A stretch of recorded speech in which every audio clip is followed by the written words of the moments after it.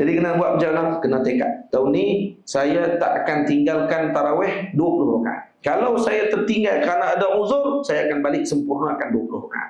Kena ada cita-cita. Kerana kita tak tahu kita akan temu dengan Ramadan tahun akan datang nanti. Kita akan temu ataupun tidak. Hatta tahun ni pun kita tak tentu kita akan temu ataupun tidak. Karena kemungkinan esok, lusa, hari ini kita akan pergi menghadap Allah SWT. Tapi kalau kita ada cita-cita, maka semua tadi dicatat.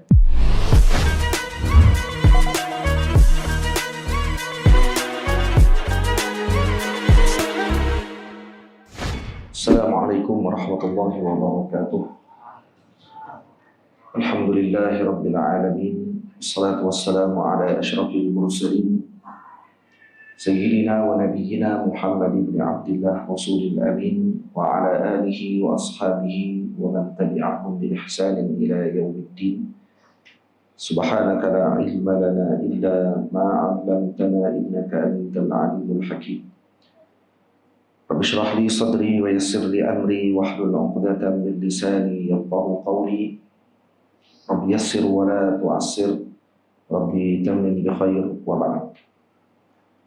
Saya muliakan lagi, saya kasihi kanda saya Al-Fadhil Ustaz Busairi hafizahullah ta'ala,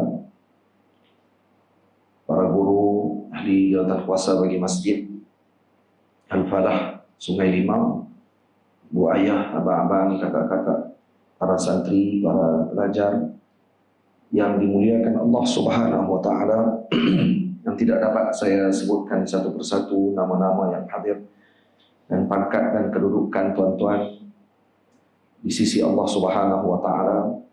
Dan semoga kita semua diberkati oleh Allah berkat Nabi kita Muhammad sallallahu alaihi wasallam. Para hadirin yang dirahmati Allah Subhanahu wa ta'ala sekalian, dalam beberapa hari lagi atau beberapa minggu sahaja lagi kita akan bertemu dengan awal Ramadan insyaAllah. Dan persediaan untuk berhadapan dengan Ramadan Al-Mubarak ini disebutkan oleh sebahagian ulama. Ada yang di kalangan orang ini dia ada beberapa bahagian ataupun beberapa kelompok manusia. Ada kelompok yang mana mereka telah meletakkan dengan barnamij ataupun program secara penuh. Ketika bulan Sya'ban lagi telah dipersiapkan jadual yang akan dilakukannya pada bulan Ramadan, ditulis. Dan pada bulan Sya'ban dia meninggal, tak sempat bertemu dengan Ramadan. Ditulis apa yang akan dilakukannya setiap hari. Al-Quran akan dikhatamkan berapa kali dalam Ramadan, program apa dan juga pengajian apa yang dia akan ikuti sepanjang Ramadan, dan seumpamanya. Sedekah yang akan dikeluarkan dan akan diberikan akan dicatat semuanya. Dan ini adalah orang yang mempersiapkan fikiran dan dirinya untuk masuk ke dalam bulan yang diberkati oleh Allah Subhanahu wa ta'ala. Kelompok yang kedua, tapi dia tak sempat, dia mati sebelum ni. Seorang syekh menceritakan bahawa lelaki tersebut dilihat buku catatannya tersebut, lalu dia tidak sempat bertemu dengan Ramadan, dia mati sebelum Ramadan. Maka bagaimana pahala orang yang begini? Kata ulama, dicatat pahala niatnya tersebut seakan-akan dia melakukan amalan tadi.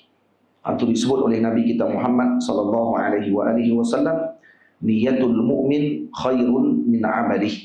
Niat seorang mukmin itu lebih baik daripada amalnya. Dia tak buat lagi, dia tak masuk lagi dalam bulan Ramadan, tapi telah disenaraikan dan dicita-citakan amalan-amalan yang akan dilakukan dalam bulan Ramadan. Kedua, kelompok yang mana mereka mengikuti ataupun ingin berhadapan dengan Ramadan, tetapi hanya menghadirkan sahaja dalam fikiran mereka bahawa mereka akan masuk ke dalam bulan Ramadan dan akan mempersiapkan diri dalam bulan Ramadan, cuma tidak ada catatan, tak tulis apa-apa. Tak tulis berapa banyak Quran, berapa kali khataman Al-Quran yang akan dilakukan, apa amalan yang akan dibuat dalam sepanjang Ramadan, apa yang sedekah dan juga majlis apa yang akan beliau hadiri dalam bulan Ramadan, cuma dia mengingati bahawa dia akan masuk ke dalam bulan Ramadan. Maka ini adalah kelompok kedua yang juga punya istiadat ataupun persediaan dalam berhadapan dengan Ramadan, tetapi persediaannya hanya bersifat ijmali ataupun bersifat umum sahaja, tidak bersifat sempurna tersusun seperti lelaki yang pertama tadi. Dan ada kelompok yang tidak kisah langsung. Yang ketiga, masuk Ramadan, tak ada Ramadan, sama saja baki. Dan malah lebih buruk, kalau ketika hadirnya Ramadan sahaja, maka dia ada rasa dalam hati bahawa ini adalah satu keberatan dan juga taklif yang berat baginya untuk dia laksanakan. Banyak perkara yang dia boleh, yang dia akan kena tangguh ketika mana masuk ke dalam bulan Ramadan. Maka ini kelompok-kelompok yang mana kita boleh melihat di bahagian manakah kita pada waktu ini. Dan apakah yang telah kita persiapkan untuk masuk ke dalam bulan yang diberkati dan dimuliakan oleh Allah Subhanahu wa taala. Sayyiduna Rasul sallallahu alaihi wasallam ketika mana masuknya sahaja bulan Ramadan, maka baginda sallallahu alaihi wasallam melihat saja hilal Ramadan lalu berdoa dengan doa hilal.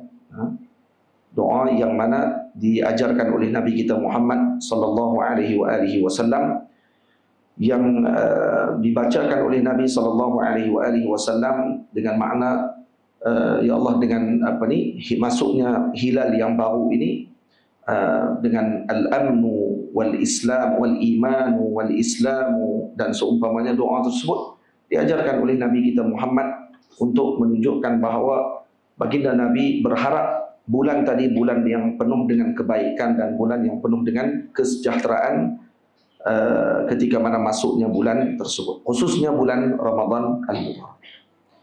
Allah Subhanahu wa taala sebut dalam Al-Qur'an, a'udzubillahi minasyaitonir rajim, ya ayyuhalladzina amanu kutiba 'alaikumus shiyam kama kutiba 'alal ladzina min qablikum la'allakum tattaqun. Dalam ayat ini Allah Subhanahu wa taala memaklumkan bahawa difardukan ke atas kita berpuasa seperti mana difardukan kepada umat terdahulu berpuasa. La'allakum tattaqun. Jadi, adakah umat terdahulu juga puasa Ramadan seperti kita? Tak. Kata ulama, yang disamakan dengan umat terdahulu hanya pada naum as-siyam, sama pada puasa sahaja. Tapi tidak sama pada bentuk puasa. Hatta tidak sama juga dalam bentuk pelaksanaan waktu. Jadi mereka tidak sama dengan kita. Karena itu mereka telah melakukan perubahan demi perubahan.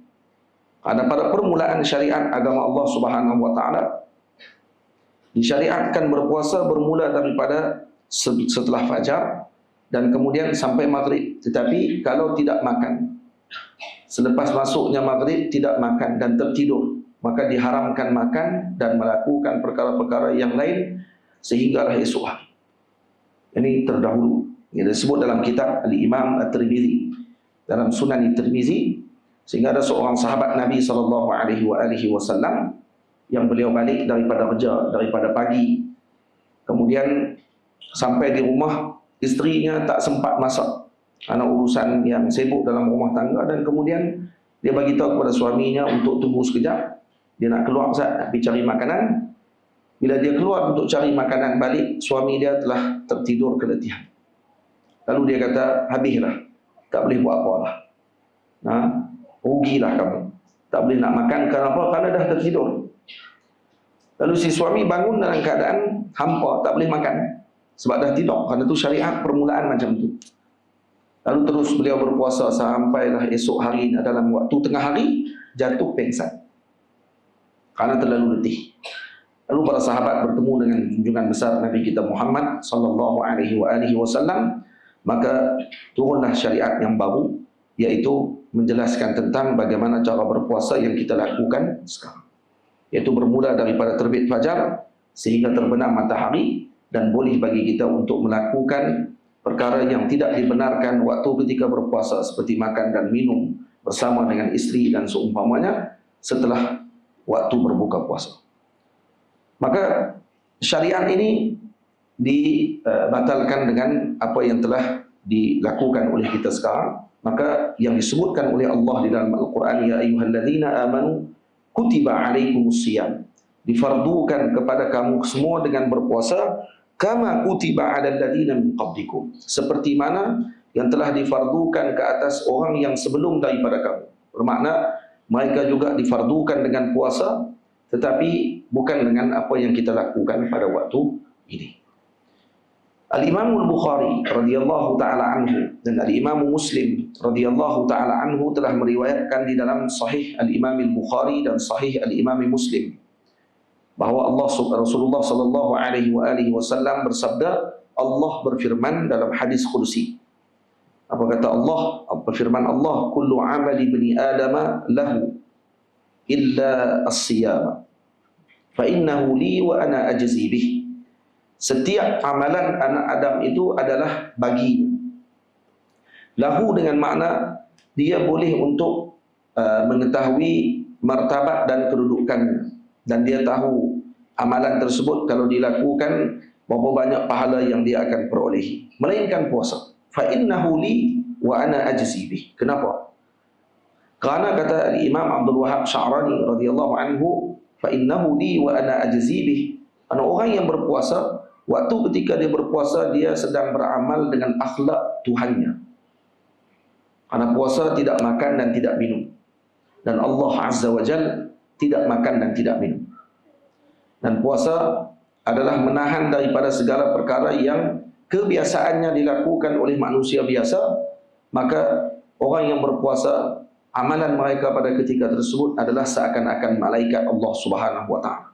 Ini yang ajaib amalan puasa ni, kerana tu Allah Ta'ala kata fa innahu li wa ana ajzi bih. Dia bagiku, kata Allah. Maka maknanya puasa tidak ada bandingan pahala. Tak boleh nak sebut. Kalaulah satu amalan disebutkan akan dapat daripada beberapa darjat sampai ke beberapa ratus darjat, puasa disebut oleh Allah fa innahu li wa ana ajzi bih. Jadi kalau disebut macam tu, menunjukkan ketinggian kedudukan puasa di sisi Allah. Dan apa kata Nabi? Kata Allah Subhanahu wa ta'ala, was-siyamu junnatun. Puasa juga adalah sebagai penghadang. Fa idza kana yawma sawmi ahadikum fala yarfus wala yaskha, fa in sabbahu ahadun aw qatalahu falyaqul inni sha'im. Walladhi nafsu Muhammadin biyadihi laqulufu famis sha'imi atyabu 'inda Allahi min rihil misk. Lis-sha'imi farhatan yafrahuhuma idza aftara fariha bi fitrih wa idza laqiya rabbahu fariha bi shaumih. Apa kata Allah? As-siyamu junnatun. Puasa itu adalah penghadang daripada perkara-perkara yang terlarang. Fa idza kana yauma shaumi ahadikum, kalau seorang tadi berpuasa, fala yarfus, jangan bercakap benda-benda yang tidak elok. Wala yasqa, jangan dia menjerit-jerit ataupun menengking, berkelahi, bertengkar. Fa in sabbahu ahadun, kalau seorang mencelanya, au qatalahu, ataupun sedang bertengkar dengannya. Qatalahu ini bukan makna berbunuh, tapi bertengkar. Falyaqul, maka jawab kepada orang tersebut, inni shaim. Jawab kepada dia, kata kepada orang tersebut bahawa aku sedang berpuasa. Walladhi nafsu Muhammadin biyadihi, kata Allah, demi Allah, demi jiwa Muhammad yang berada di dalam genggamannya Allah Subhanahu wa ta'ala, genggaman kuasanya Allah Subhanahu wa ta'ala. La khulufu famis shaimi atyabu 'inda Allah min rihil misk. Jadi bau mulut orang yang berpuasa itu lebih baik dan lebih harum di sisi Allah daripada wangian kasturi. Dan maksudnya di sini, orang yang berpuasa, bau mulutnya lebih baik daripada bau kasturi. Dengan maksud apa? Dengan makna jangan dihilangkan perkara tersebut, karena itu adalah kesan daripada ibadah puasa. Karena seorang tadi mungkin akan bertukar bau mulut dia disebabkan karena tidak makan, atau karena sukutut tawil, diam yang panjang. Tak boleh jadi karena tertidur. Dan tidur sebab tu boleh berlaku pertukaran mulut kita jadi bau disebabkan karena sukutut tawil wa adamul akil, Karena panjangnya tidur ataupun karena diam yang lama, dan juga yang kedua karena tidak makan. Maka akan berlaku perubahan pada bau mulut. Dan hadis ini menunjukkan kepada kita bahawa bau mulut orang yang berpuasa itu lebih baik atau lebih harum di sisi Allah daripada bau kasturi, dengan makna makruh untuk dihilangkan bau tersebut, karena ianya termasuk daripada asar ibadah, kesan ibadah yang kita lakukan. Lepas tu para ulama bincang masalah ni dalam fiqh berkenaan dengan hukum kita bersiwak setelah ataupun berkumur gosok gigi ataupun siwak setelah tergelincir matahari. Ulama bincang masalah hukum. Al-Imam An-Nawawi rahimahullahu taala kata hukumnya adalah harus, walaupun setelah tergelincir matahari. Maksudnya tergelincir matahari waktu zuhur tu, selepas zuhur masih boleh lagi untuk siwak. Manakala kebanyakan para ulama Syafi'iyah mengatakan tidak boleh. Hukumnya makruh. Dan kemudian kata para ulama lagi, sebahagian mengatakan bahawa dia boleh dihilangkan kalau bukan disebabkan puasa, tapi sebabkan benda lain. Contohnya seorang tadi tertidur tengah hari puasa, kemudian dia bangun, mulutnya berubah. Maka boleh tak dia gosok gigi dia tadi disebabkan kerana tidur, bukan kerana hilangkan bau mulut sebab puasa, tapi sebab dia tidur. Jadi dia kata sebab benda lain. Maka dalam Fathul Mu'in, Sahih Fathul Mu'in, Al-Imam Zainuddin Malaybari Al-Saghir mengatakan bahawa boleh, seperti kalau tertidur, bukan disebabkan kerana bau mulut tadi berbuah disebabkan puasa.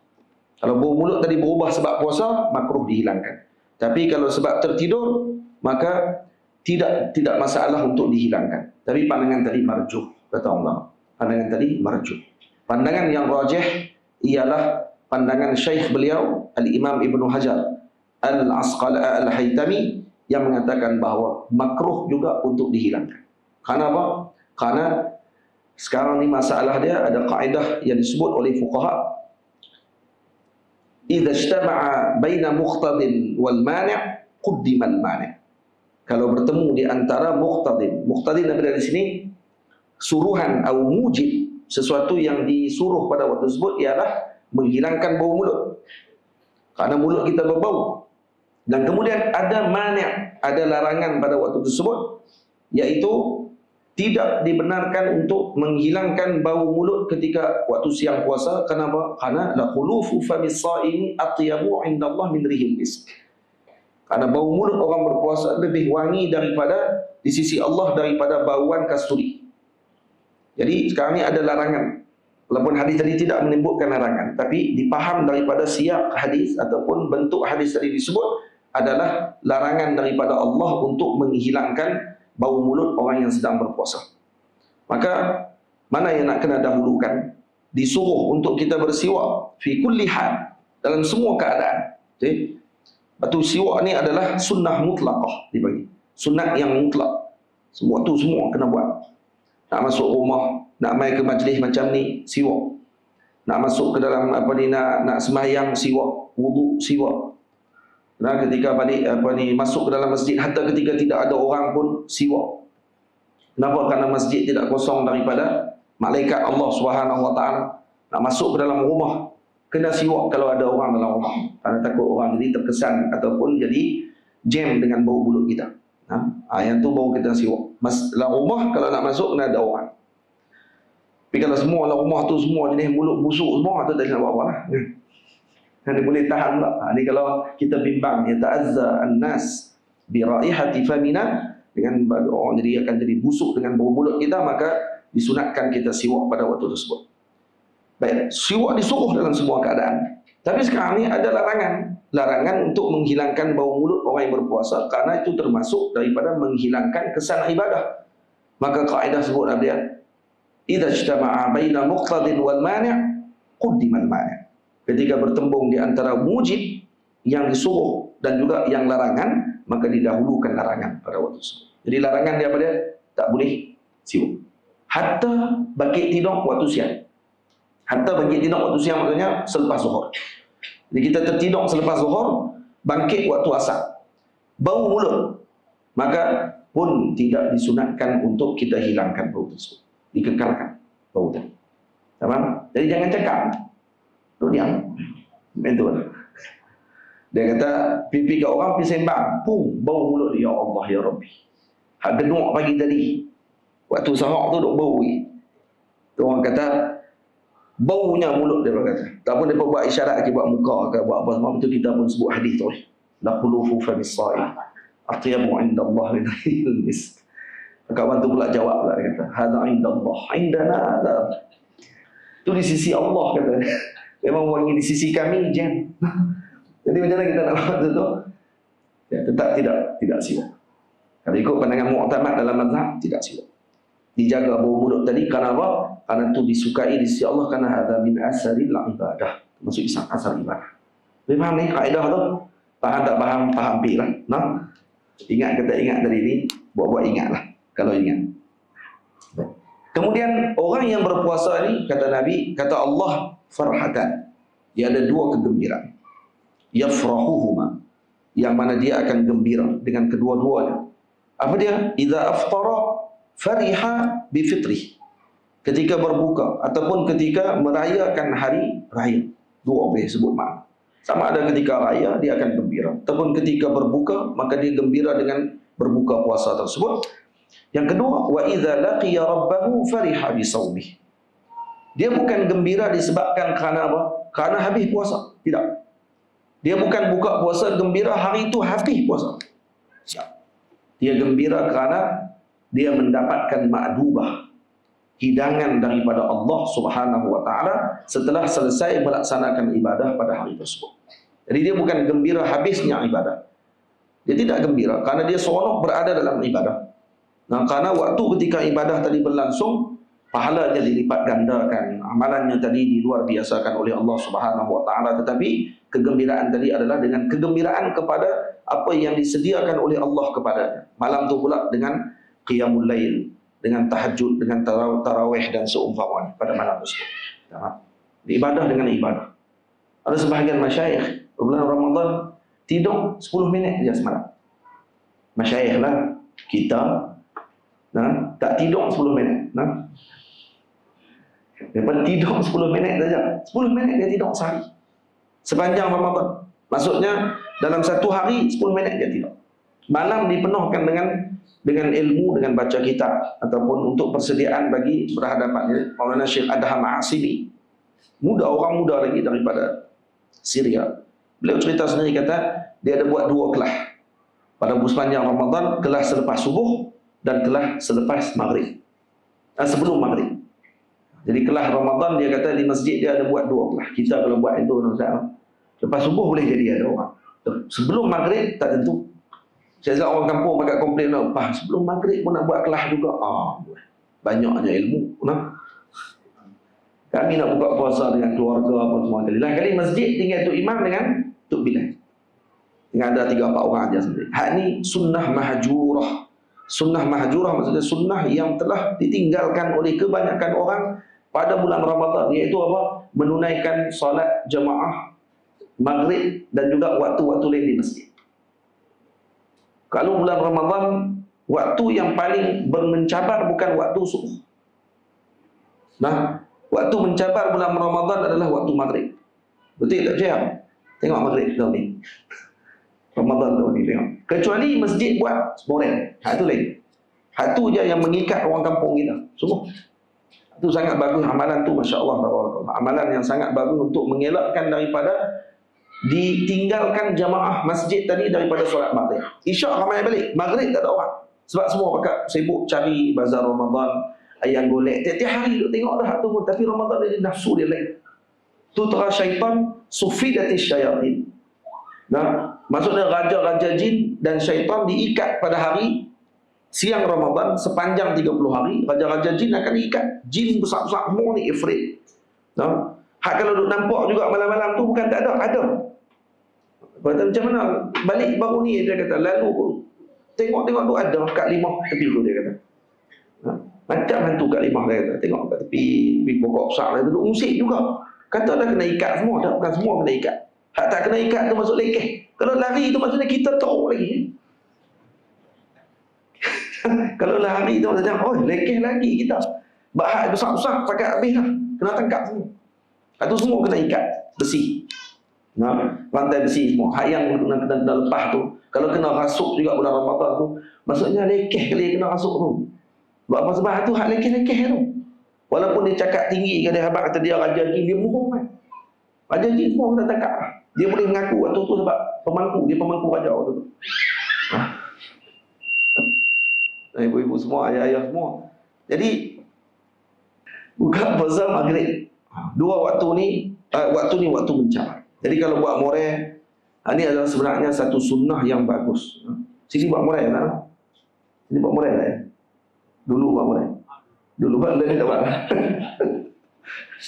Kami di kampung dulu buat moreh lagi, tapi lepas masjid di renovate ni tak tahulah tahun-tahun ni tak tahulah buat atau tidak moreh di kampung. Tapi moreh ni sebenarnya bagus untuk apa? Untuk nak elak daripada tidak ada jemaah maghrib di masjid.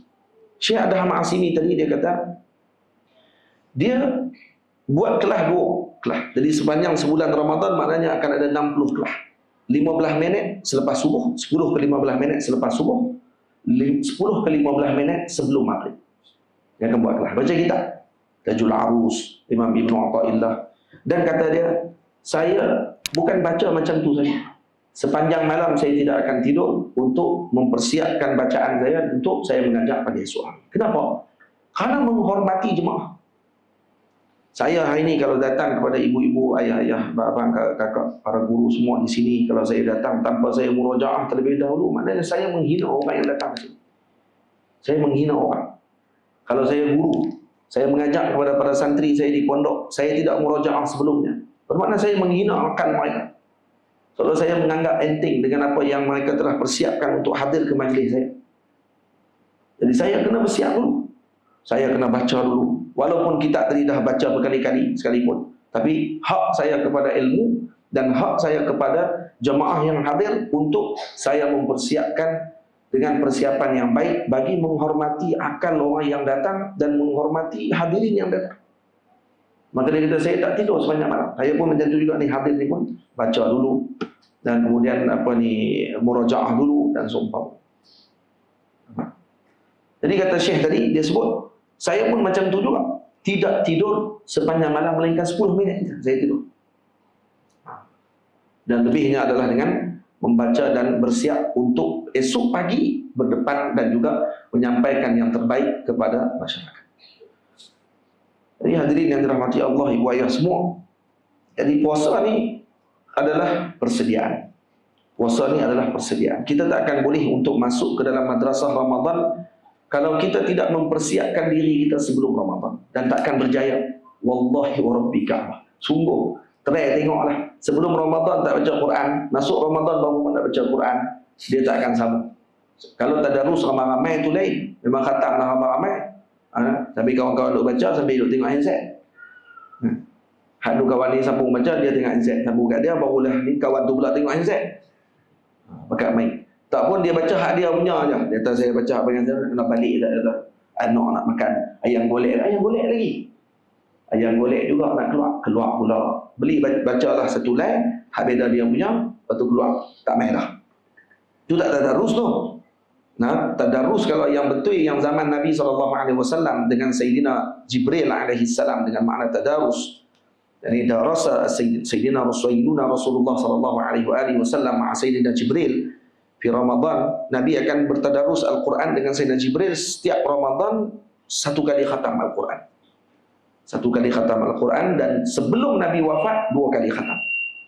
Kenapa? Karena Nabi SAW wafat pada tahun ke-11 Hijriah dan Nabi SAW pada tahun ke-10 Nabi telah membaca 2 kali. Sebab apa? Sebab tahun depan Nabi tak sempat dengan Ramadan. Jadi dikhatamkan segera 2 kali. Jadi tahun tu, Ramadan tahun tu Nabi baca 2 kali khatam. Sebagai isyarat daripada Sayyidina Jibril bahawa tahun depan tidak akan lagi bertemu dengan Ramadan. Nampak tak? Nabi khatam berapa kali? Nabi sempat dengan Ramadan berapa kali? Ramadan disyariatkan pada tahun kedua Hijriah. Okay? Dan Nabi wafat pada tahun ke-11. Jadi tahun kedua, ketiga, keempat, kelima, keenam, ketujuh, ke-8, ke-9, ke-10. 9 kali Nabi sempat. Tahun ke-11 Nabi wafat, Rabiul Awal, tak sempat Ramadan. Jadi maknanya 9 kali Nabi bertemu dengan puasa.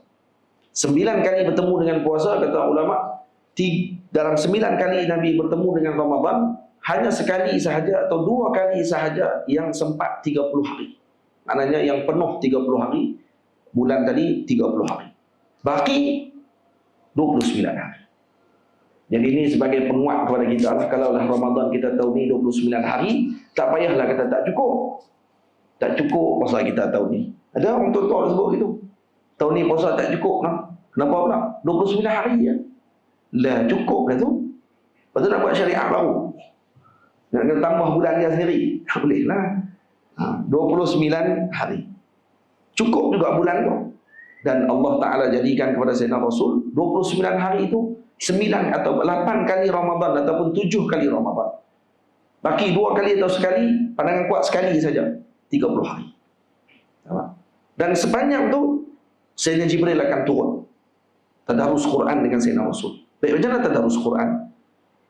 Tadarus Al-Quran Rasulullah ialah dengan cara seorang tadi baca dan kemudian dia dengar bacaan daripada yang dibaca. Kemudian dia akan ulang balik bacaan orang tadi. Itu tadarus. Ini disebut oleh Al-Imam Al-Bajuri radhiyallahu anhu dalam Hasyiah Bajuri. Yang kita lakukan sekarang di masjid itu bukan tadarus. Yang kita baca waktu kawan kita sambung, itu bukan tadarus. Tapi itu nauk juga daripada bentuk bacaan Al-Quran dan sunnah. Sunnah juga yang tu tak ada kata bid'ah pula. Tak sama, boleh juga tak ada masalah. Tapi fadilat yang lagi besar, kalau dia baca selai, setiap orang yang dalam majlis itu semua baca selai itu balik. Itu memang tak hidup 10 orang. 10 orang, subuh tak habis lagi duduk. Dan waktu tu kalau dia habis, kalau lah 10 orang duduk baca macam tu, maknanya sehari itu dia dah dengar berapa kali sejuzuk. Dia dengar 10 kali. 10 kali dengar. Macam 10 juzuk. Jadi kalau baca banyak, lagi banyak nak kena ulang. Sayyidina Jibril macam tu dengan Sayyidina Rasul. Jadi bermakna tadarus Nabi bukan Nabi baca selai, dan Nabi bukan buka Quran. Nabi baca dengan hafalan. Dibaca. Kemudian Sayyidina Jibril akan ulang balik bacaan Nabi. Kemudian Sayyidina Jibril pula baca. Nabi akan ulang balik bacaan Sayyidina Jibril. Macam itulah. Sehingga 30 Ramadan. Sampai selesai Ramadan. Nampak tak? Itu bacaan Nabi dengan Sayyidina Jibril alaihissalam. Jadi bermakna Nabi bukan khatam sekali. Nabi khatam 2 kali. Dalam bulan Ramadan, khatam sekali dengan baca, khatam sekali lagi dengan dengar. Jadi 2 kali khatam. Sekali Nabi baca sendiri, jadi khatam. Kita kalau baca selai, esok lepas tu kawan tu sambung 10 orang, habislah 2 kali round, habis 1 juzuk. Cukup 30 hari, kira balik halai-halai kita tu lah. Kira halai kita. Jadi kita baca lebih kurang berapa lai? 30 juzuk, 30 lai je lah. 30 muka, bukan 30 lai lah. Sebab ulang 2 kali. 30 muka sajalah baca. Hak baki dengar pada orang lain. Okey dah tu. Daripada tak main langsung. Tu ya. Daripada tak main langsung baca Quran. Jadi kena ada juga masa untuk baca Quran bagi diri kita sendiri. Sebab tu bulan Ramadan ni adalah bulan Al-Quran. Disunatkan kita membanyakkan dan menambahkan tilawah Al-Quran kita pada bulan Ramadan. Sayyiduna Al-Imam Malik ibnu Anas, Sayyidina Malik bin Anas, iaitu Imam Malik, Imam Daril Hijrah, guru Imam Syafi'i, ketika masuk bulan Ramadan, beliau akan meninggalkan bacaan hadis. Dan beliau akan meninggalkan duduk dengan ahli ilmu, para ulama. Dan beliau akan menyibukkan dirinya dengan tilawatil Quran minal mushaf. Atau mishaf, atau mashaf, boleh baca 3. Mushaf boleh baca 3. Mushaf pun boleh, mishaf pun boleh, mashaf pun boleh. Jadi dia baca Quran dengan melihat mashaf. Walaupun hafal Quran. Sunat waktu bulan Ramadan ni, buka Quran tengok. Dapat 2 pahala. Pahala baca, pahala tengok. Lepas tu Quran tengok kita pula. Tidak.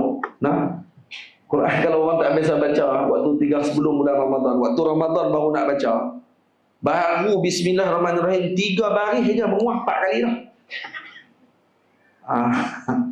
Ini yang orang panggil, kalau kata kita tidak bersiap dengan persiapan yang rapi.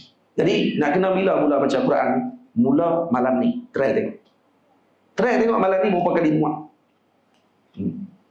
Tak banyak-banyak lah. Surah Tabarak tu jadilah sebelum tidur. Baca surah Al-Mulk dulu tengok. Sebelum nak tidur tu. Try pula baca tengok. Al-Imam Az-Zuhri rahimahullah ketika masuk bulan Ramadan kata beliau, innama huwa tilawatul Quran wa it'amut ta'am. Sesungguhnya bulan Ramadan ni adalah bulan untuk baca Quran dan bulan untuk bagi makan kat orang. Ini kalau adat di negara-negara luar kita pun di kampung kita ada cara-cara dia. Cara untuk orang bagi sedekah apa semua ni kan. Kena ada waktu tu untuk tiap-tiap hari kena ada it'amut ta'am. Kena bagi. Kerana bagi makan orang yang berpuasa, pahala dia sama dengan orang puasa tadi. Tak payah banyak. Walau sebiji tamar. Anak-anak muda di Mesir. Kalau kami duduk di Mesir dulu. Budak-budak muda. Adalah orang kaya-kaya, upah mereka untuk mereka bawa makanan, pergi cari orang dekat duduk dekat dengan stesen bah. Kita duduk tunggu dia naik bah tu. Pelajar-pelajar balik daripada Azhar ataupun pergi mengaji mana-mana ke, ataupun orang balik kerja. Maka dia bawa kereta, dalam kereta ada ayak kotak satu, buah kurma 3 biji, lepas tu adalah sambusa macam kuih karipak tu. Buah dalam plastik, ikat, berhenti kereta, buka bonet, ambil, bagi kat orang duduk kat situ. It'amut ta'am. Jamu orang. Kita ada jiran kita masak apa sikit, jangan lupa jiran, bagi sikit makanan kita kepada jiran. Hantar walau satu mangkuk kecil, kongsi makanan pada hari tersebut, kerana it'amut ta'am pada hari berpuasa ni adalah pahalanya luar biasa. Kalau dalam rumah tu ada 10 orang, maka bermakna kita dapat pahala seperti 10 orang puasa. Jangan tinggal hati. Ni kena letak dalam kepala otak kita ni, benda apa nak kena buat ni Ramadan.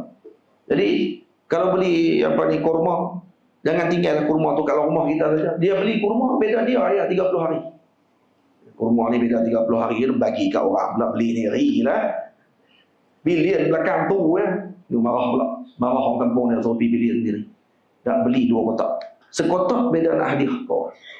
Ni nak bagi 1, 2, 3. Buah dalam kas, ada karipak, ada dengan donat, bagi dekat jiran sebelah rumah. Walau sikit. Dan jiran pun tak kata kalau bubuh satu mangkuk piring kecil pun dia kata, piring ni. Kalau orang kata itu memang dia orang tak apa nak sentai tu. Jangan seronok terima sikit pun dah seronok dah pada hari Ramadan.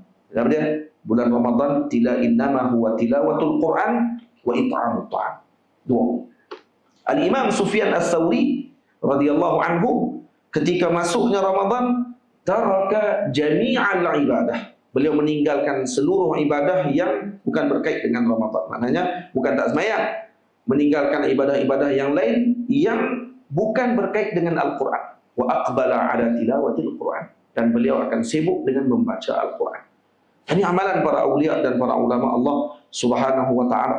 Karena itu Al-Imam Syafi'i radhiyallahu ta'ala anhu mengkhatamkan Al-Quran dalam bulan Ramadan 2 kali khatam. 2 kali khatam ni di luar daripada solat. Kata orang, di luar solat. Dalam solat lain. Ni di luar solat. Di luar solat, siang 1 kali khatam, malam sekali khatam. 2 kali khatam bermakna beliau akan khatam Al-Quran sepanjang 30 hari, sebanyak 60 kali khataman Al-Quran. 60 kali khatam. Boleh. Dan kemudian Al-Imam An-Nakhai radhiyallahu anhu sehari 4 kali khatam dalam bulan Ramadan. Siang 2, malam 2. Kali dengan 30, jadi berapa? 4 kali 30. 120 kali khatam Al-Quran. Tu dia baca sendiri. Tu di luar sembahyang, bukan dalam sembahyang. Dalam sembahyang lain pula. Kata ulama, bacaan Imam Syafi'i 60 kali khatam tadi itu di luar solat. Dalam solat khataman dia lain. Guru kami Maulana Syekh Yusri hafizahullah ta'ala di Mesir, bulan Ramadan akan khatamkan Al-Quran dalam solat sebanyak 5 kali sekurang-kurangnya. Solat. Jadi tarawih mereka akan sembahyang sampai dekat subuh baru habis tarawih. Kalau daripada maghrib tu dah baca dah Al-Quran. Dah baca dah dalam sembahyang, sambung dengan isyak dan kemudian sambung dengan tarawih. 20 rakaat. 20 rakaat. Yang tinggal 20 tu. Yang kita dekat 8 cari pula pandangan lain ada lagi. Hatta ada tarawih tu ada. Dia bukan zakat Wahabi yang bawah pada tu. Ha?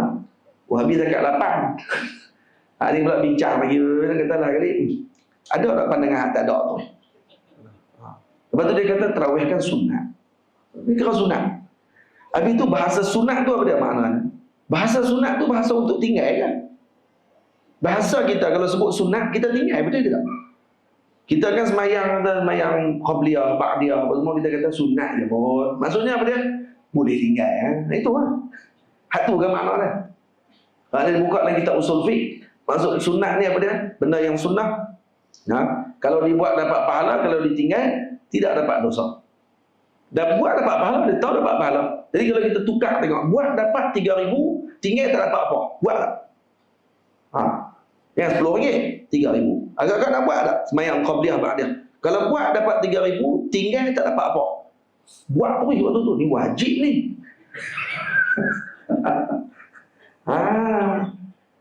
Tiba-tiba jadi wajib terus sebab kena 3,000 dapat. Tapi kalau kata dia khusyuk lagi pula lagi, selak-selak 10,000. Weh, ni lagi wajib.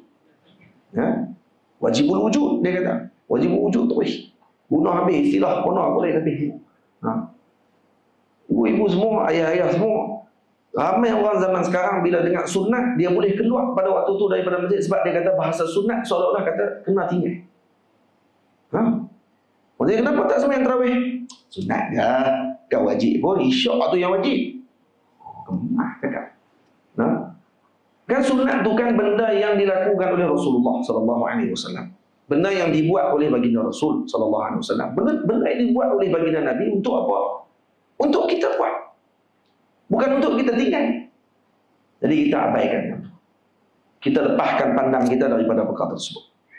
Orang yang benar-benar untuk dapatkan Ramadan yang sempurna pada tahun ini, dia kena cita-cita. Tak akan kurang 20 rakaat satu malam. Kena cita-cita. Ni anak-anak muda, adik-adik ni. Lagi kuat ni, lutut tak sakit apa lagi. Malu dengan Tok Wan hak depan yang janggut dah putih, semayang 20 rakaat. Hak budak 2 rakaat raib terus lepas tu. Hak anak-anak muda raib. Weh, habislah. Daripada tadi ada 3 saf, tinggal 1 saf ya. Lah sini. Dan tinggal saf tu ya. Betul. Jadi kena buat macam mana? Kena tekad. Tahun ni saya tak akan tinggalkan tarawih 20 rakaat. Kalau saya tertinggal kerana ada uzur, saya akan balik sempurnakan 20 rakaat juga. Kena ada cita-cita tu. Kerana kita tak tahu kita akan temu dengan Ramadan tahun akan datang nanti. Kita akan temu ataupun tidak. Hatta tahun ni pun kita tak tentu kita akan temu ataupun tidak. Okay? Kerana kemungkinan esok, lusa, hari ini kita akan pergi menghadap Allah SWT. Tapi kalau kita ada cita-cita, maka semua tadi dicatat. Dan ada hamba Allah Ta'ala dalam riwayat hadis disebutkan dia datang bertemu dengan Allah dan Allah Ta'ala kata, nah ambil pahala kamu. Ini yang kamu buat. Kamu buat. Kata, ya Allah, aku tak pernah buat benda ni. Masjid tak pernah buat. Kita tengok main pahala masjid. Runtut ilmu. Aku tak ngaji betul ni. Tapi pahala dapat. Sembahyang sunat tu, sunat ni apa semua kali. Tak pernah pun. Semua dapat. Kata ni pahala niat yang telah kamu niatkan ketika di dunia. Sebab tu disuruh kita berniat dengan niat-niat yang baik setiap hari. Orang yang sembahyang pada waktu subuh, kalau dia berniat untuk sembahyang pada waktu zuhur, maka dia telah dapatkan pahala orang yang sentiasa akan datang, maksudnya yang akan berada di bawah naungan arasy Allah Subhanahu wa taala. Kata Al-Imam Ibnu Abi Jamrah radhiyallahu taala anhu dalam syarah beliau bagi hadis Sahih Bukhari, mukhtasar yang beliau telah tulis, kata berkenaan dengan orang yang antara orang yang akan berada di bawah naungan arasy ialah orang yang bercita-cita untuk yang sentiasa duduk dalam masjid menunaikan solat waktu. Maksudnya daripada waktu pertama dia menunggu waktu kedua. Ini orang yang akan ada di bawah arasy nanti. Hari yang tidak ada lindungan. Lah ni musim pemanasan global kata dia. Panas dulu lah ni kan. Kalau kata ada mendung waktu tu sikit saja, rasa tenang kita. Ni di akhirat, di padang mahsyar. Matahari sejengkai atas kepala. Nak lari ikut mana lagi pada waktu tu? Melainkan orang yang diberi naungan di bawah arasy Allah Subhanahu wa taala, mereka ni akan duduk di bawah tersebut. Antaranya siapa? Orang yang menunggu waktu solat. Baik menunggu waktu solat maksudnya apa? Kalau kita sekarang ni kita duduk kerja. Saya ni kerja. Saya kerja pejabat, kerja motong pun cukup dah. Kalau kata keluar lepas sembahyang subuh, nak pergi motong, takkan nak motong dalam masjid. Nak kena tunggu, tak dapat pahala tu. Tak boleh dapat, tak duduk bawah arah dari kita ni sampai ke sudah, dia kata. Tak. Kata Imam Ibnu Abi Jamrah, termasuk dan dapat pahala tadi yang bercita-cita untuk kembali datang ke masjid pada waktu yang kedua. Habis main subuh, dia bercita-cita akan main pula sembahyang pada waktu zuhur di masjid. Maka dia telah dapat pahala orang yang berada dalam masjid walau dia tak duduk dalam masjid pada waktu itu. Kan besar rahmat Allah Ta'ala. Kena ada cita-cita tu. Habis mayang, kita bercita-cita esok pagi nak main. Saya nak main isyak. Habis main isyak, bercita-cita esok nak main. Habis main subuh, bercita-cita nak main waktu zuhur. Habis main zuhur, bercita-cita nak main datang waktu asar.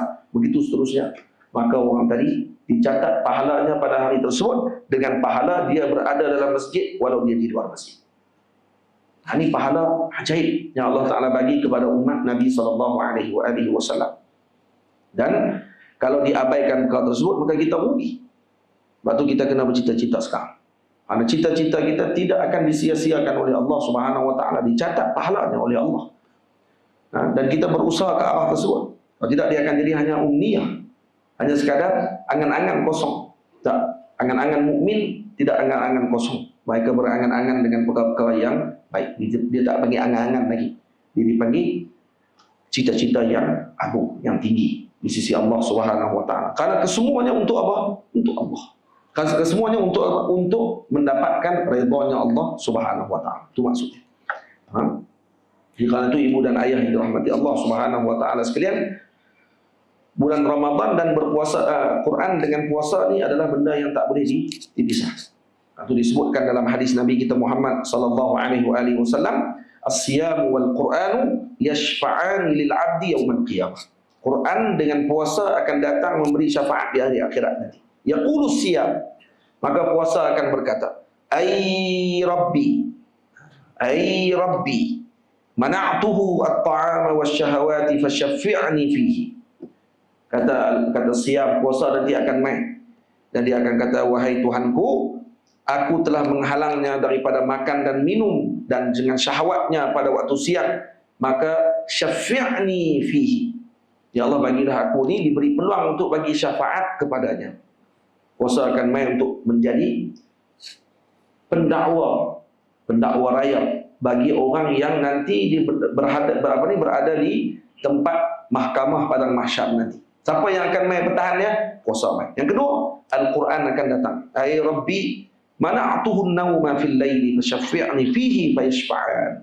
Aku telah menghalangnya tidur malam, ya Allah, untuk dia baca. Sebab tu tadarrus eloknya malam. Ada yang sebut sini dengan jelas, mana'tuhu an-nawma fil laili. Baik, kalau kita ganti pada waktu siang, tak amat tadarrus lagi lah. Yang nama baca Quran, tak ada masalah apa. Cuma eloknya untuk dapat fadilat baca Quran dalam bulan Ramadan ni dibaca pada waktu malam. Malam tu ada masa digunakan untuk baca Quran. 1 jam 45 minit untuk kita baca. Kalau kita dengar tadi khatam sampai 60 kali Imam Syafi'i dan seumpamanya, kita rasa cemburu lah. Tapi jangan ada cemburu saya betul tidur. Kena buatlah kerja macam dia buat juga. Tapi tak payahlah pulun sangat. Sebab kita bukan macam dia. Injil tak sama. Kita Injil 15, kawan Injil 60 contoh. Jenuh pederah ligat. Kat tasik banding lari, kena tinggal belakang. Tak boleh. Muatan pun banyak, dosa pun banyak. Dah lah bot kecil, Injil 15, barang banyak, tenggelam tengah tu. Hak ni bot 60, panjang pula, orang berapa nak ada. Dosa tak ada, tak berah kan? Macam tu kan. Tapi itu bukan Injil 60. Ni Injil berapa ni? Berapa ratus kursa kuda Injil. Kita ni macam kereta kura lama, Al-Imam Syafi'i seperti jet berjuang. Sama nak sampai? Tak sama. Jadi jangan pulunlah macam Injil yang tak sama. Maka kita baca sekai kita boleh. Boleh tak? Yang penting baca. Ni baca. Dan kena semangat dalam hati untuk baca. Cuma ada satu soalan. Hadis ni tadi kita baca. Siam puasa datang, tak ada masalah. Puasa mai tak ada masalah. Quran mai ni masalah. Macam Quran mai? Quran bukan kalamullah. Lampu. Kalau jadi menang Mu'tazilah. Mu'tazilah kata Quran kan makhluk. Tu kan Quran mai tu. Tu macam mana nak jawab ni? Ya. Ada terpikat tadi masa baca hadis tadi. Kan pakai syarah kan? Quran main dan Quran bagi jadi syafaat. Dalam riwayat yang lain, lagi sakan lagi. Quran main dalam bentuk seorang lelaki. Apa dia? Lagi kemah. Main bentuk lelaki tu ni. Macam mana ni? Quran kalamullah. Nah, dia kata Quran kalamullah tu kalam nafsi tu. Nah, yang kalam lafzi, yang ditulis tu kalam lafzi. Yang tu fi maqam ta'lim, dalam maqam pengajian. Waktu mengaji ni bukan ceramah ni, jadi waktu mengaji kita barulah boleh disyarah kenaan Quran ma baina daffatayil mushaf, yang berada di antara dua lembaran mushaf tadi, ada retah, dia ada mula, ada hujung dan seumpamanya. Ada makhluk pada sudut zahir. Itu pada maqam ta'lim, kata ulama boleh diajar, tapi bukan dalam maqam wa'az, bukan dalam maqam ceramah macam ni. Tapi di sini orang mengaji. Jadi saya sebut tadi dah syarah dah sikit. Cuma macam mana nak faham hadis tadi? Quran datang dalam bentuk lelaki ataupun seorang lelaki yang akan mempertahankan orang tadi. Para ulama kata di sini ada hazaf mudhaf dalam hadis ini. Ai sawabul Quran, bukan Quran tu yang datang, pahala Quran tu yang datang. Pahala tu yang datang ia tajassad, datang dalam bentuk dijasadkan seperti orang. Maka puasa tadi pun kalau ditakdir, takdir dengan hazful mudhaf. Yaqulu sawabu al-siyam, yaqulu sawabu al-Quran, dan telah berkata pahala puasa tu yang main. Kata, ya Allah, saya ni pahala puasa yang dia telah lakukan, akulah yang telah menghalangnya daripada makan dan minum dan seumpamanya, maka beri izin untuk aku bagi syafaat. Puasa pula, Quran tadi pula, pahala Quran tu. Jadi ada takdir hadis tadi dengan yaqulu sawabu al-Quran, bukan Quran itu sendiri. Karena untuk mengelakkan daripada salah faham, sebahagian orang mengatakan bahawa Quran itu makhluk. Contoh Sayyiduna Ibnu Abbas radhiyallahu taala, Sayyidina Abdullah bin Mas'ud radhiyallahu taala anhu mengatakan, salasun man kunna fihi mala Allahu qalbahu imana. Kalau ada 3 benda ni, kata Sayyidina Abdullah bin Mas'ud radhiyallahu taala anhu, maka Allah akan penuhkan hatinya dengan iman. Apa dia? Suhbatul faqih. Pertama, berteman dengan orang faqih. Yang kedua, tilawatul Quran, baca Quran. Yang ketiga, as-siyam. Jadi kalau 3 ni boleh dilakukan dalam bulan Ramadan atau dalam mana-mana waktu sekalipun, maka ini adalah tanda Allah akan memberikan penuh hatinya dengan iman. Itu ibu ayah yang dirahmati Allah, puasa bukan hanya sekadar untuk kita tahan lapar dan dahaga. Puasa adalah untuk kita melatih diri kita daripada melakukan perkara-perkara yang dilarang oleh Allah Subhanahu wa taala. Dan puasa adalah waktu untuk kita melihat bagaimana keadaan kita sepanjang Ramadan. Puasa adalah penentu.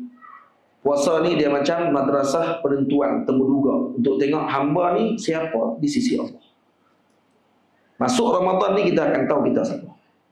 Karena orang tidak boleh berlakon waktu puasa. Kalau dia tak puasa, memang dia tak akan puasa. Dan kalau dia jenis tak baca Quran, memang dia akan lalai dengan Al-Quran. Dan kalau dia bukan ahli zikir, dia tak akan zikir. Dan dia akan diberatkan dengan urusan tersebut. Dan dia akan disibukkan dengan urusan-urusan lain. Dan dia akan didatangkan perasaan-perasaan bahawa ada perkara lain yang lebih mendapatkan kedudukan daripada apa yang akan dia lakukan. Kalau dia nak baca Quran contohnya 1 juzuk, dia akan fikir waktu tu kalau saya baca kitab, waktu tu masa baca kitab lebih faedah daripada baca Quran. Waktu tu dia akan jadi bertemu. Kenapa? Karena dia bukan ahli Quran. Kalau dia bukan ahli zikir, dia takkan pegang tasbih untuk zikir. Kalau dia bukan ahli ilm dengan ilmu dan seumpamanya, dia tak akan boleh nak berlakon, nak pergi mengaji pada waktu tersebut. Dan kalau dia bukan ahli qiyamil lail, untuk nak bangun sembahyang tarawih dan seumpamanya 20 rakaat pada hari tersebut, dia akan rasa berat sungguh-sungguh dengan amalan tadi. Jadi kena bersihkan dulu sebelum kita masuk Ramadan. Ramadan ni kita kena masuk dalam keadaan ni cawan ni dah bersih, kosong. Kosong bersih, baru boleh isi dengan air yang akan diminum sepanjang Ramadan tersebut. Kalau kotor, maka kena bersihkan dulu sebelum masuk Ramadan. Karena kita kena ada istiadat, persediaan untuk Ramadan. Ada orang ramai dia kata, masuk Ramadan baru kita bersiap. Tak penting. Sebelum Ramadan kena bersiap. Sebab tu para ulama sebahagiannya 6 bulan sebelum Ramadan mereka telah berdoa kepada Allah. 6 bulan. sebelum Ramadan. Habis Ramadan pula, mereka berdoa pula lagi kepada Allah untuk bertemu lagi dengan Ramadan yang akan datang. Allahumma barik lana fi Sya'ban fi Rajabin wa Sya'ban wa ballighna Ramadan. Itu doa dibaca 3 bulan sebelum. Tapi 6 bulan, 3 bulan sebelum Rajab, mereka telah bersiap dah dengan doa-doa agar mereka dapat bertemu dengan Ramadan pada tahun tersebut. Ramadan ni adalah sebagai khulasatul hayah. Seakan-akan khulasah. Nah, sebagai satu ringkasan dan juga orang panggil apa? Khulasah boleh dipanggil bahasa kita? Khulasah ni macam isi penting semula kepada kehidupan kita. Yang kita ni siapa? Kalau kita dalam bulan Ramadan dapat melaksanakan dengan baik, jaga lidah kita daripada mengumpat, jaga mata kita daripada melihat yang tidak baik, jaga anggota badan kita daripada melakukan segala yang dilarang oleh Allah Subhanahu wa taala, maka kita telah berjaya daripada musuh yang paling dekat dengan kita, iaitu nafsu kita sendiri. Karena pada bulan Ramadan Nabi kita Muhammad sallallahu alaihi wasallam menyebut, "Idza jaa Ramadan futihat abwabul jannah wa ghulliqat abwabun nar wa suffidatis syayatin." Nah, ditutup pintu syurga, dibuka pintu syurga, ditutup pintu neraka, dan juga diikat syaitan. Syaitan akan diikat pada hari tersebut. Dan bulan Ramadan, kata Nabi, bulan yang mana kalau orang tadi telah disiapkan oleh Allah untuk kebaikan, dia akan buat benda baik. Lepas itu disebut oleh Sayyidina Abdullah bin Mubarak, al-abrar taghli qulubuhum bi'amalil khair. Orang yang baik ini hatinya akan membara dengan amal kebaikan. Wal fujjar taghli qulubuhum bi'amalis syarr. Manakala orang jahat pula, hatinya akan sentiasa membara untuk buat benda-benda yang jahat. Maka kita yang mana satu? Nah, mana satu kita? Moga kita tercatat daripada kalangan al-abrar, insya-Allah, amin ya rabbal alamin. Atau Nabi sebut, hadis terakhir saya baca, atakum syahru Ramadan, kata Nabi, bulan Ramadan akan datang. Syahrun yaghsyakumullahu fihi, bulan yang mana Allah akan liputi kalian dengan rahmat. Fayanzilur rahmata wa yahuttul khataya. Allah akan turunkan rahmat, Allah akan gugurkan dosa-dosa, wa yastajibud du'a, dan diperkenankan doa. Berapa banyak lagi benda yang kita nak. Kalau kita tidak mau rahmat Allah, kalau kita tidak mau pengampunan, dan kita tidak mau doa kita dimustajabkan, semua itu ada dalam bulan Ramadan. Yanzurullahu ila tanafusikum fihi. Dan Allah akan memerhatikan pada bulan Ramadan ini bagaimana kamu berlumba-lumba di dalamnya. Dalam syahr ini, dalam bulan ini.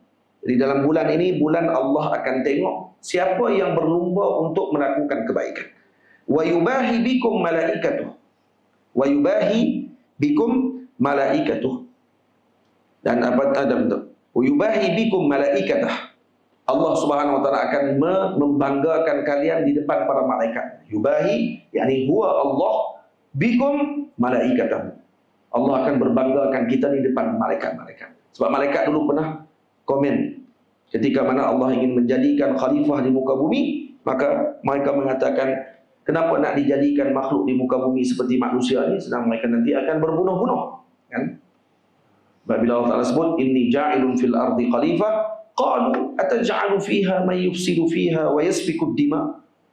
Jadi bila sebut macam tu, maka Allah Ta'ala menjadikan makhluk manusia dengan permulaannya Sayyiduna Adam alaihissalam. Kemudian ketika mana umat Nabi Muhammad ini ada, maka mereka yang berbondong melakukan taat pada bulan Ramadan nanti ini, Allah akan jadikan ini sebagai contoh tauladan. Allah kata, wahai para malaikat, coba kamu tengok ni, makhluk-makhluk hamba-hambaku yang mereka datang bersujud pada waktu malam, membaca Al-Quran, berpuasa pada siang hari. Kesemuanya tidak dibuat melainkan kerana apa? Kerana aku. Kerana takutkan aku. Kerana inginkan rahmatku. Kerana inginkan manfaat daripadaku, kata Allah. Fa'arawullaha min anfusikum khairan. Tamam? Dan Allah akan akan diperlihatkan kepada Allah daripada diri mereka, fa'arawullaha, kata Nabi, maka perlihatkan kepada Allah Ta'ala bagi diri kamu khairan, dengan kebaikan. Jadi bulan Ramadan ni bulan untuk kita tunjukkan, untuk kita buat baik. Fa inna syaqiyya, kata Nabi, Man haruma fihi rahmatullah. Siapa yang diharamkan padanya rahmat Allah, dia akan dapat kecelakaan. Jadi kalau kita hari Ramadan masih lagi dengan maksiat, hari Ramadan masih lagi dengan malam-malam Ramadan masih lagi dengan jauh daripada melakukan taat, dan kita akan menyesal setelah Ramadan. Para wali Allah Ta'ala terdahulu dulu, ini cerita lah. Kita nak buat itu payahlah. Tapi para awliya, wali-wali Allah Ta'ala dulu, mereka akan tahu Ramadan mereka pada tahun itu diterima oleh Allah ataupun tidak macam mana. Setelah habis Ramadan, mereka akan boleh baca apa yang ada dalam hati orang. Maka baru tahu Ramadan itu diterima. Maksudnya habis Ramadan, siapa lalu depan mereka tahu doktor nak cakap apa dalam hati. Kata apa kan, terlintas apa nak fikir kan. Mereka boleh tahu apa yang ada dalam hati orang. Kemudian mereka akan minta kepada Allah untuk diangkat balik nikmat tadi. Jadi hijabkan balik, kerana nanti akan sibuk tahu semua rahsia orang. Orang ni cakap apa, orang ni nak apa. Yang tu, ini disebut dalam satu kitab Hikmatut Tashri' yang dikau oleh seorang imam ulama daripada Al-Azhar Al-Syarif, diceritakan tentang faedah tersebut. Jadi awliya-awliya dulu, mereka tahu kata amalan mereka diterima oleh Allah dengan cara macam tu. Kalau tak dapat macam tu, mereka akan menangis dan minta ampun dengan Allah. Ramadan mereka pada tahun tersebut tidak diterima dengan sepenuh penerimaan. Faham tak? Kita habis Ramadan boleh baca kan? Kita agak terima pada Ramadan kita tidak tahu ni. Atau Allah. Kita hanya harap dengan rahmat Allah Ta'ala. Lalu kita nak kata dengan sagi semayang maghrib tadi saya diterima ke tidak. Tadi sagi semayang isyak pula saya tak tahu diterima ke tidak. Lahir kita buat apa? Saya buat ni hanya kerana mengharapkan kamu saja ya Allah. Atau ada seorang awliya Allah, wali Allah Ta'ala, ada seorang murid, yang muridnya tadi dibukakan hijab oleh Allah. Murid dia dibuka hijab oleh Allah dan dia nampak nama gurunya tadi yang didik dia tu duduk dalam Lauh Mahfuz, berada bersama dengan asyqiya, orang-orang yang celaka. Takut dia tengok tok guru dia nama di situ, hak tu didik dia. Maka dia pun jumpa dengan tuan guru dia. Dia kata, wahai tuan guru, wahai syekh, saya nak maklum satu benda. Dia kata, saya tak tahu nak sebut macam mana. Dia kata, sila bagi tahu. Dia kata, tadi waktu di Kaabah, saya dibuka hijab oleh Allah. Dan saya melihat di Lauh Mahfuz. Ni kalau Wahabi dengar, dia kata, apa budak? Dia kata, apa? Mustahil apa? Tak mustahil apa benda tu. Dah harus kan? Saya melihat dalam Lauh Mahfuz, kata dia, dan saya nampak nama tuan guru berada dalam senarai nama para asyqiya, orang-orang yang celaka. Apa maksud dia, wahai tuan guru? Tuan guru kata apa? Saya telah tengok apa yang kamu tengok tadi 20 tahun dulu lagi. 20 tahun dulu lagi saya dah tengok dah. Nama saya di situ. Habis itu, kenapa tuan guru macam tenangnya, tak ada apa? Dia kata, kerana saya bukan buat urusan saya. Syurga neraka bukan kerjanya saya. Saya nak masuk syurga neraka bukan saya yang pilih. Allah yang tentukan. Tugas saya adalah melakukan apa yang perlu saya lakukan, iaitu menjadi hamba Allah. Walaupun Allah akan masukkan saya ke tempat tersebut, tapi saya hamba Allah. Maka saya lakukan kerana saya hamba Allah. Bukan saya hamba kepada amal saya tersebut. Kalau saya tahu nama saya dalam syurga, maka saya kata saya ni adalah maksudnya saya akan berubah keadaan saya. Tak, sama. Ini abdun hakiki, hamba yang sebenar. Kenapa? Kerana tidak berubah perasaannya pada waktu tersebut. Ketika mana dalam keadaan sarra wa dharra, senang ke susah ke, kesemuanya ketika melihat ianya dari Allah, maka tak ada langsung rasa gundah dalam hatinya. Karena apa? Karena yang memberi tadi Allah. Baik, macam mana nak ambil perasaan tadi? Kita bukan hak tu tengok. Hak tu kita tak tengok lah, memang tak nampak lah. Kita tengok akaun bank ya, tak ada duit, ya pening lah. Dah gundah dah hari tu. Buka-buka tengok, tak ada duit, kosong kurat. Kosong banyak, duit nombor depan tak ada. Kosong banyak, nombor depan tak ada. Jadi habis, tak ada apa. Pening tak? Pening pada waktu tu. Awliya dulu tengok nama duduk di dalam tempat asyqiya, nama mereka catat dalam orang-orang yang celaka. Mereka tetap tenang. Kenapa? Karena yang menentukan tadi Allah, bukan saya. Saya hanya hamba Allah, bukan hamba kepada amal, bukan hamba kepada sesiapa. Hamba kepada Allah Ta'ala saya. Maka ini adalah anugerah disebabkan kerana mereka mujahadah dan juga kerana mereka meletakkan baik sangka yang sangat agung dan tinggi kepada Rabbul Jalil. Moga-moga Ramadan kita tahun ini Ramadan yang diberkati oleh Allah, insya-Allah. Saya nak cerita semua memang tidak akan sempat, tapi moga-moga ianya menjadi Ramadan yang terbaik, Ramadan yang kita cita-citakan agar berlaku perubahan dalam hidup kita. Ramadan yang akan menjadi titik tolak kepada kehidupan kita pada masa akan datang akan lebih teratur. Nah, dengan kehidupan beragama dan kehidupan sebagai seorang mukmin yang mengharapkan hanya kepada Allah Azza wa Jalla dan mengharapkan barakah baginda Nabi kita Muhammad sallallahu alaihi wasallam. Dan moga-moga kita dapat bertemu lagi pada masa akan datang. Saya kira setakat itu dulu pada malam ni, dan moga kita semua dapat semangat. Kalau kata ni, saya sendiri semangat, masa tiba-tiba yang saya semangat pula kan, dengan Ramadan, dan moga-moga ibu ayah semua juga rasa semangat untuk Ramadan kali ini kita penuhkan sungguh-sungguh. Bila rasa nak kurang semangat sikit, nah, ingat balik ceramah hari ini. Nah, kita kena buat sungguh-sungguh Ramadan kali ini. Moga-moga jadi seperti mana para wali Allah Ta'ala yang terdahulu, insya-Allah Ta'ala. Saya ucap terima kasih banyak pada Al-Fadhil Ustaz Nusayri dan juga seluruh para guru yang sudi menjemput saya datang ke sini bersama dengan ahli qaryah di sini yang tidak jauh pun sebenarnya adik-beradik puak mentua saya semua kok belah-belah ni semua. Adik-adik balik semua kat sini. Dan moga Allah Ta'ala temukan kita lagi pada masa akan datang. Dan saya jemput jugalah ibu ayah semua ke pondok saya bila-bila nanti kot nak pergi buka puasa dan sekali. Dengan anak-anak murid saya, dengan saya sekali pada sepanjang Ramadan, kerana saya Ramadan tidak ke mana-mana, duduk di pondok saja. Nah, sepanjang Ramadan insya-Allah di sana. Ada daurah baca kitab dan kemudian sepanjang malam akan dengan ibadah di Zawiyah insya-Allah. Setakat itu dulu. Assalamualaikum warahmatullahi wabarakatuh.